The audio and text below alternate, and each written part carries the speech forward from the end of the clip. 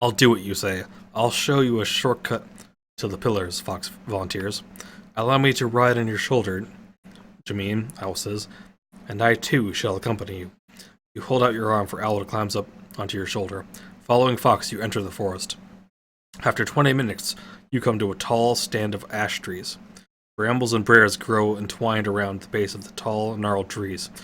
Push your way through and see that the forest stops at your feet.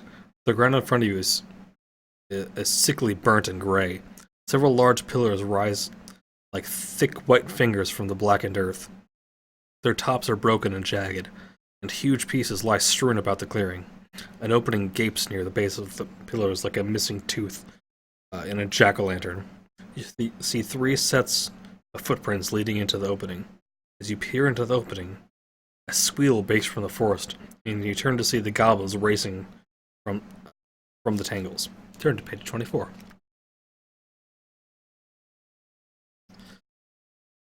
Choking back your fear, you duck under the pillars and enter the darkness. Glancing back, you see the goblins hard on your heels. With the goblins' cries echoing in the passage, you run as fast as you can, even though you have trouble seeing. Luckily, your long legs outdistance the goblins as you race down the corridor. But your breath soon rasps in your throat. You cannot last much longer without rest.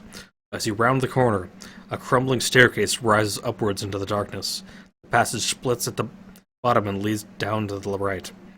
You lean against the staircase and try to catch your breath. Pressing your fingers against the stone wall, you feel ancient stone carvings under your hands, and cries of the goblins draw closer. Well, Featherhead, pants Fox, got any hot ideas now? It is my astute opinion that the carving moves under your fingers, and a section of the staircase opens without warning. You fall backwards into the darkness. Hey, Fox cries, wait for me! He slips through the opening. The wall quickly snaps shut and the darkness closes around you. The dark is thicker and more complete than any you have ever known. Goblin feet pounding up the stairway. You are hiding under it, and then there is a long silence. Finally, Fox says, I don't know how to tell you this, but we're not alone. That is correct, a deep voice says. Who's there? You demand, trying to sound brave. In answer, a burst of light fills the room. A wrinkled old man leans on a staff in front of you. He seems more ancient and frail than anyone you have ever seen. A bright torch-like light leaps from his staff. A young fighter stands on the old man's right, pointing his sword at you. His battle-scarred armor and burly muscles tell you he is not someone in anger. A beautiful elven maiden stands on the left.